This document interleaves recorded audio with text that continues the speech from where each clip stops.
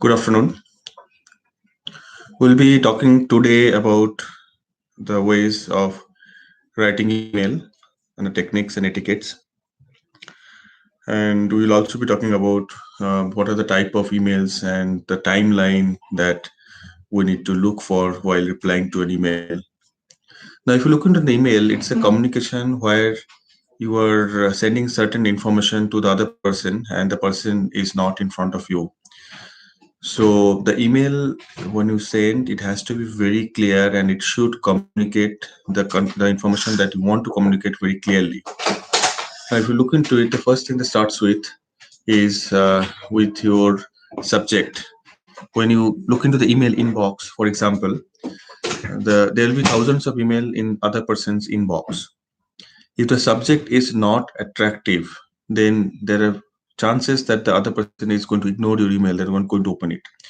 It will probably not happen if you're sending that email to somebody that you already know or they're expecting your email. But for a general email, you need to be very clear on the subject.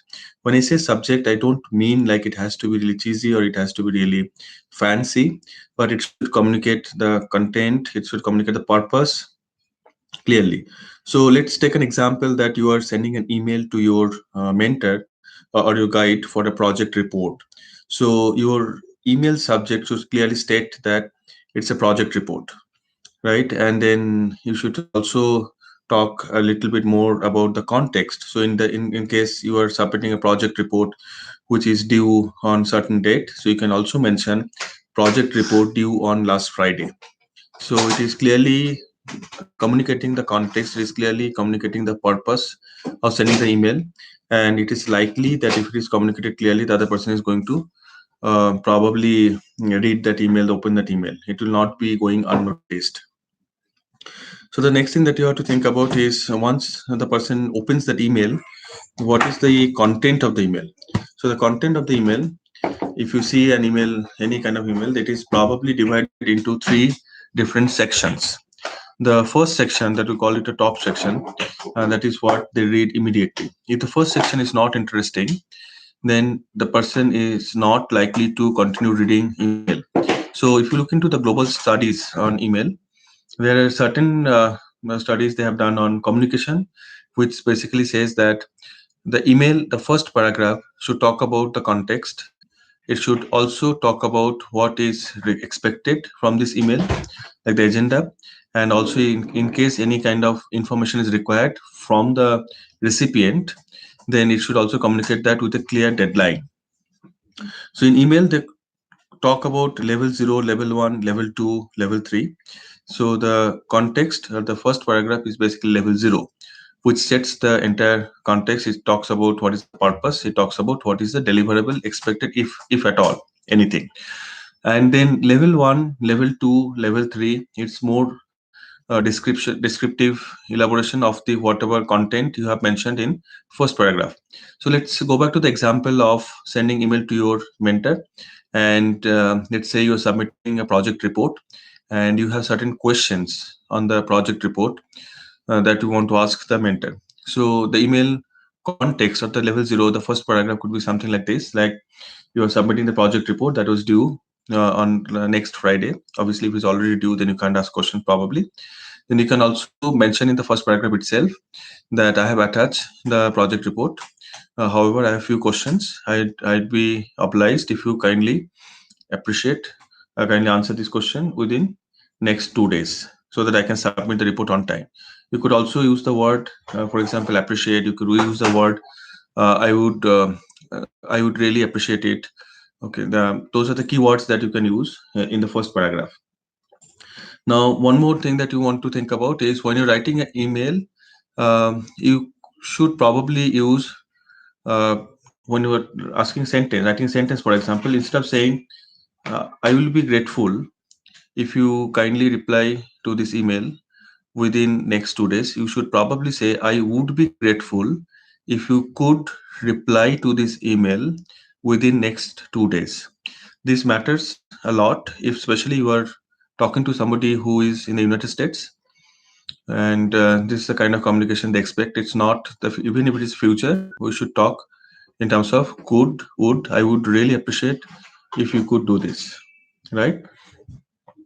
And then let's talk about the context. Even if we are setting up the context, we should also use similar language. So I would really appreciate it if you could take your time and let me know if it is possible. Let's say that you are talking about a new way of doing things.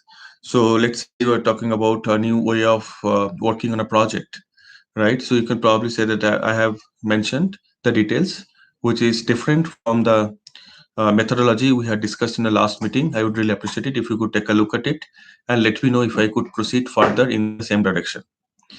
So it's important, right? And then in level one, you're basically talking more details about what you've already mentioned in the first paragraph, right? And so for example, if you go for level one, you could give the details of, let's say in this case, you're suggesting a new methodology. So in level one, you could actually describe the methodology in a little bit more details without taking a lot of time. Now, if you refer back to the studies that they have done on email, so the average time that a person spends on reading an email is not more than a few seconds. In some cases, it might be probably a minute or 2 minutes. It's not more than that, unless that email is really important. So, for example, you're getting a job offer. Yes, you will probably spend a lot of time reading that email. But that email is a general communication. They will not spend more than few seconds. So, if you have to describe certain things, it is probably more prudent not to do it in greater detail in the email itself, but rather provide an attachment or provide a link to that. So, for example, if you're referring to certain content, you could probably put the link in level one paragraph so that if the person they wants, they can always refer back to the link and they can get more details about it. Only mention, only write which is absolutely necessary. Even if you're writing a long email, you have to describe a lot of content in it. Don't make it more than 2 to 3 paragraphs, right? But always provide a link or always provide an attachment. Now, when you are adding an attachment, you have certain issues. There are many email. So when you're sending an email, so it is received by the server of the recipient. So there are many email rules which will automatically put an email to a spam if the size of the attachment is too huge.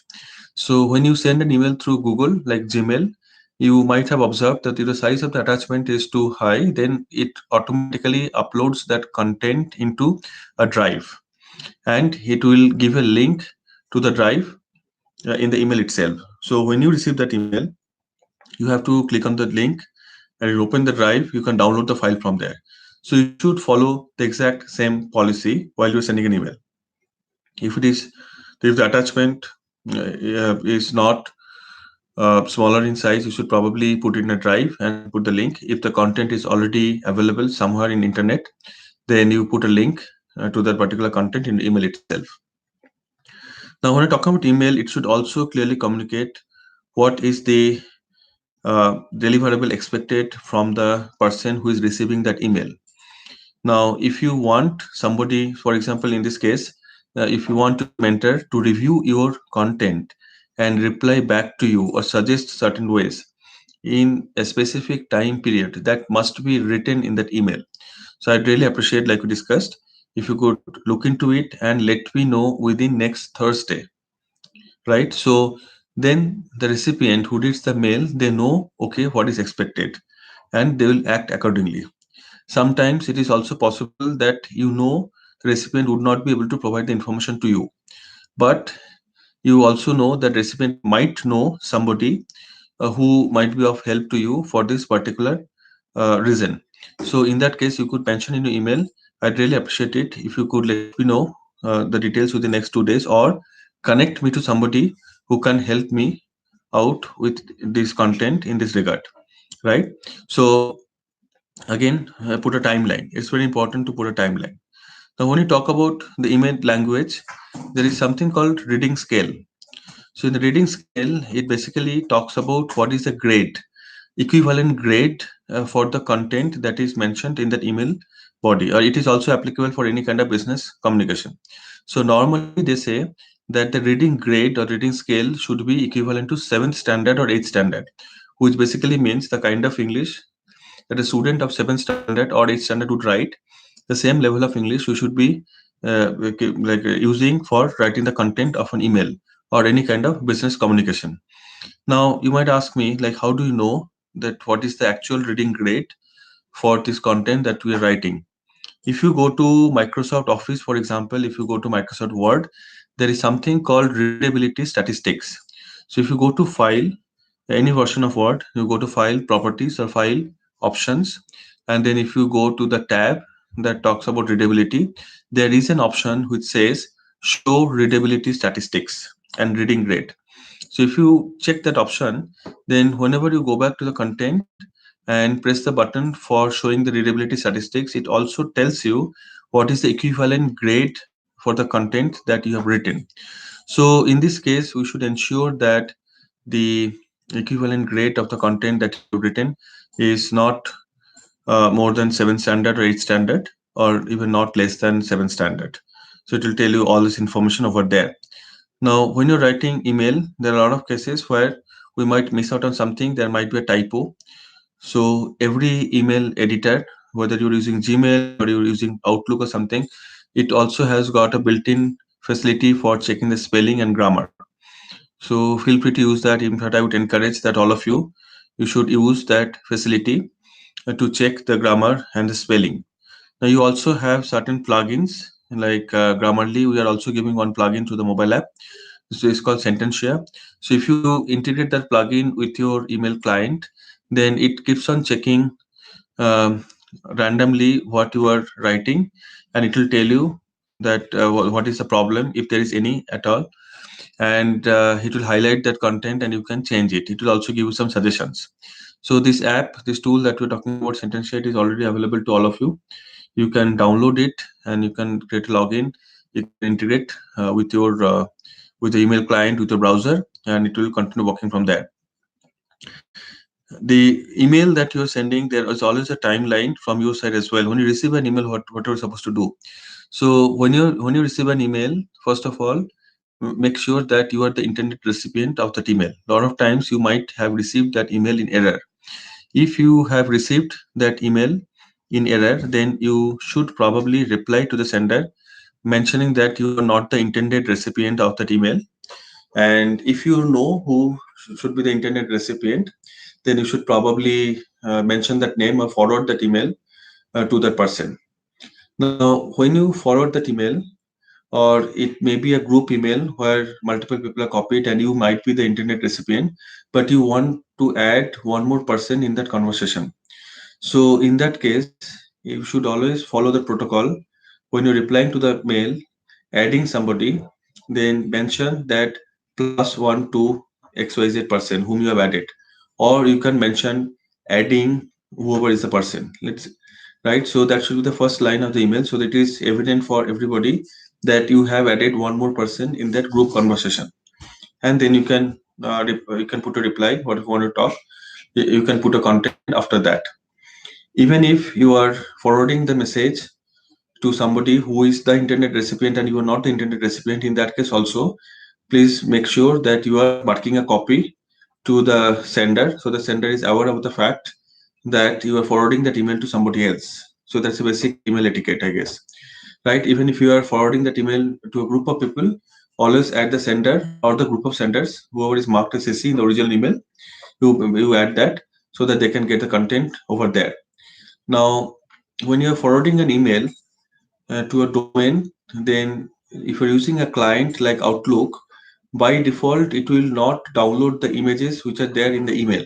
So if you forward the email to somebody else, the email will be forwarded without the inline images. So a lot of times, if you see the signature, there will be some image in the signature. There may be some other content in the email body itself, which is of image in nature. So Outlook and other email clients will give you an option when you're forwarding whether to include the images which are part of that email or not.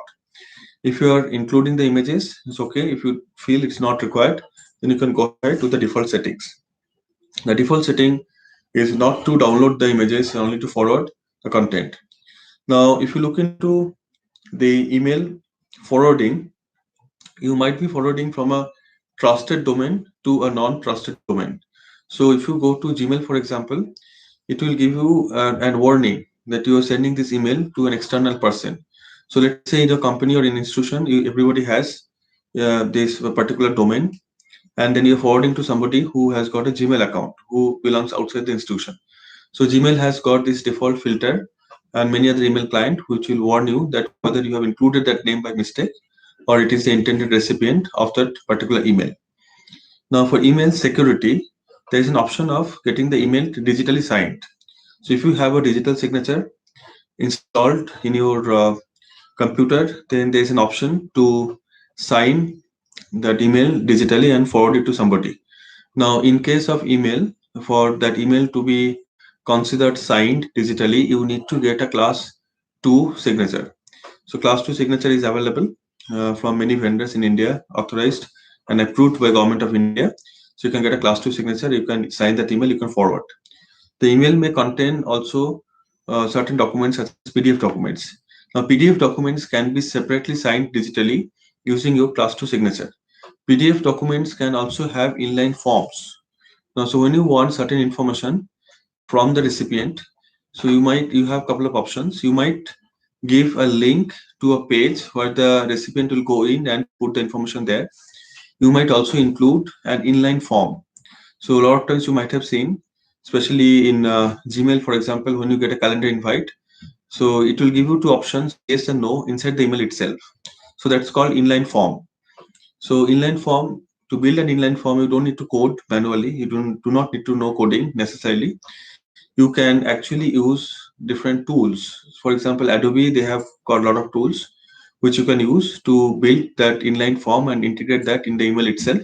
So whenever they click on yes, no, or any kind of form, any kind of data that you want to capture, you get all the details in your portal when you log into that particular app. Now, the inline forms can also be created using Adobe PDF. If you have this Adobe Acrobat software, you can have inline forms which you can attach to that particular email. And whenever the recipient opens that particular form, they can fill in the information, they can fill the form, and they can submit it back. So there are options to create auto submit. So that when they click on submit, you automatically get all the data which is there in the form. Now, when you are uh, getting an email, you are supposed to respond to the email within a specific time period. So that time period depends on the organization or depends on the type of email as well. So many organizations will have something called email policy. In the email policy, it will tell that if you receive an email which is a business email of nature, then you have to reply to that email within 24 business hours, right? Or sometimes they will also ask you that if you receive an email and if you're replying, you might have to reply within the same day. So it depends on the nature of the content. So you will also see that there are certain kind of email which has got a criticality factor. So in the tool where you are sending the email, that will have an option, including Gmail, there is an option to mark importance. The importance, it can be marked as high, medium, and low. In case the email that you're receiving is marked with high importance, you might want to attend to it as soon as possible. And that will be usually denoted by a small flag next to the email subject in most of the email clients. If you're receiving in Outlook, if you're receiving in Gmail, you'll see there's a small flag. If somebody has marked that email with importance as high, then the small flag will be there. Now, when you're replying to an email, sometimes you might be getting a spam email which claims to be from a certain domain or from a certain person, but it's not. So, for example, you might be getting email from senders who claim to be from bank asking for your ATM ID, password, etc. But how do you know whether that email is legitimate or not? So, if you go to any email that you have received and if you click on the sender, you will find there's a small icon that is next to the email address of the sender. If you click on that, you will find a lot of information about the sender, and some of the information will tell what is the actual domain and what is the reply to address. If the reply to address and the sender domain address do not match, then you will know that it is basically an impersonation email, most likely. So somebody sends you email in an email claiming to be from say Microsoft or some other company, but the email address domain, if it doesn't match with the reply to, then it's probably an issue, right? You should probably ignore that email. Now, this email can also be sent from different servers. So there's something called email marketing. In email marketing, they send a lot of emails from a third party server to different recipients. So if you receive such email, you will see that although the sender ID and the reply to address it doesn't match, you still have an option which says that is authenticated by the sender.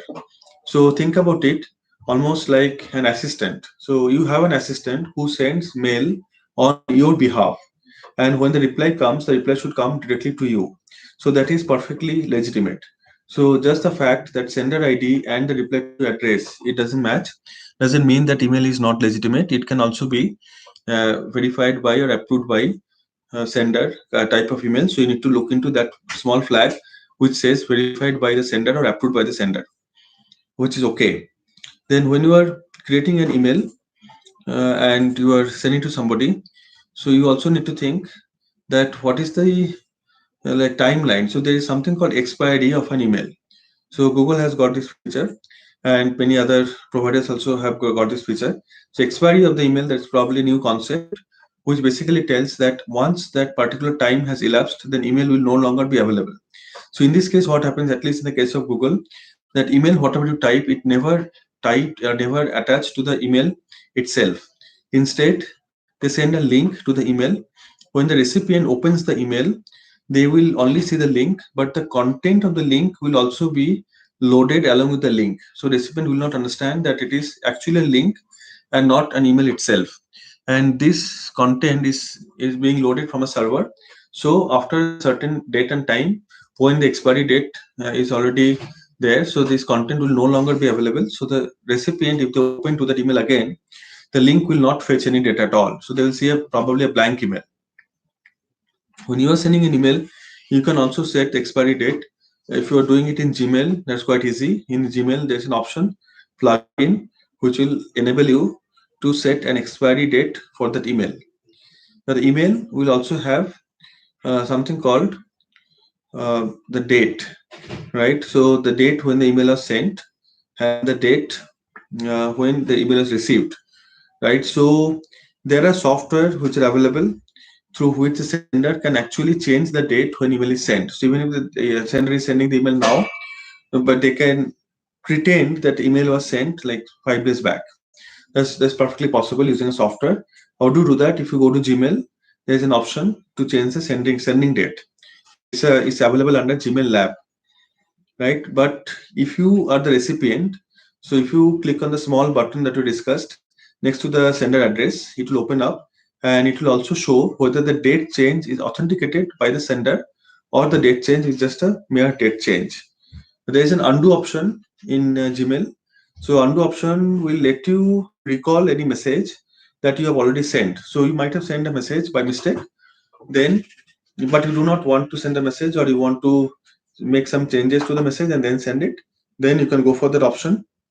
The moment you click on send, within the next 5 seconds, Gmail will show an option to undo. If you click on undo, then the message will not be sent to the recipient. This option is not available by default. This option is available when you enable this from Gmail Lab. In case of other software, for example, if you're using Outlook, they have a recall function. In the recall function, what happens? Like when you send an email and after maybe 2 days, you feel that the email has to be recalled, then or it was sent by mistake and it should not have been sent in the first place, then you click on the recall button on that particular email. So Outlook will send another request to the recipient saying that the sender wanted to recall this message. And if the recipient agrees, then the message will be recalled. It will be deleted from the inbox of the recipient. Recall option also has another feature. So in case the full recall is not possible, then we have a partial recall. So in case the recipient has not opened the email and has not read the contents about it, it is still possible to partially recall the message. So or delete some content of the message.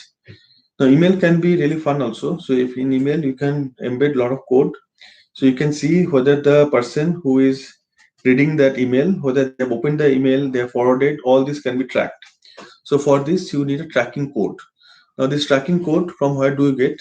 I'll not go into the technicalities of this of how to get it, but basically there's something called Google Analytics. Those of you who are from computer science, you are encouraged to explore that option.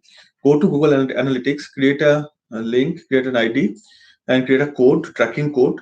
if you put the tracking code inside your email, then whatever that email, whatever the chain of delivery, whoever has opened, they have forwarded to somebody else. Everything you can track using your dashboard in Google Analytics. It's a very simple code. It's a plug and play. You just have to create the code and you have to put it in an email. The sender will know about it obviously, but the recipient will not be aware that the email is getting tracked. Similarly, there are many other third party software available which will help you to put the code into the email itself, and you can forward the email, and then the email will be tracked till the end of the life cycle, I guess, and then you can get all the information in the software itself. The email is quite an important communication medium, right? So email can also be used in the court of law for certain areas. So you need to be very careful while sending an email. Now, as an organization, when somebody in your company is using an email, when they send certain comments, they send certain opinions that might sometime reflect on the organization itself, not only on the employee. So you will see there is something called signature. Now, signature, there are two types of signature. One is the personal signature. Personal signature is actually formulated, and it is designed by the person who is sending the email, the sender. And the other part of the signature is the corporate signature. So that is designed by the domain, by the company.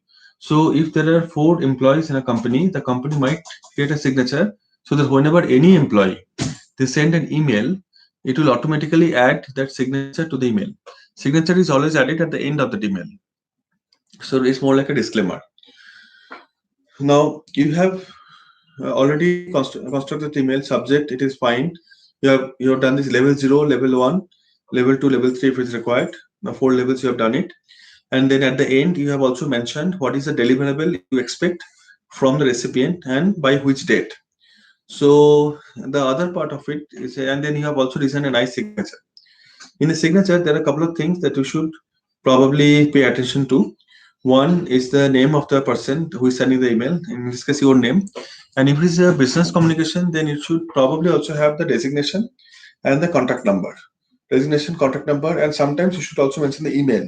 So, what happens is if you send an email to somebody whose email is hosted in Lotus Notes, then when they receive the email, they do not necessarily see your email address. They only see your name. So in that case, for them to reply, if they click on reply is fine, but they want to forward and they want to manually copy, they do not know which email address they need to copy. So it is better idea that you can also put the email address, like your email address, over there in the email itself. Now these emails, when they are sent, they can be sent by something called like a relay server, SMTP relay server. So if you know a bit of programming, you can actually send email on behalf of anybody by using this SMTP programming. So that comes under SMTP programming. So there are many SMTP servers which are available with SMTP relay.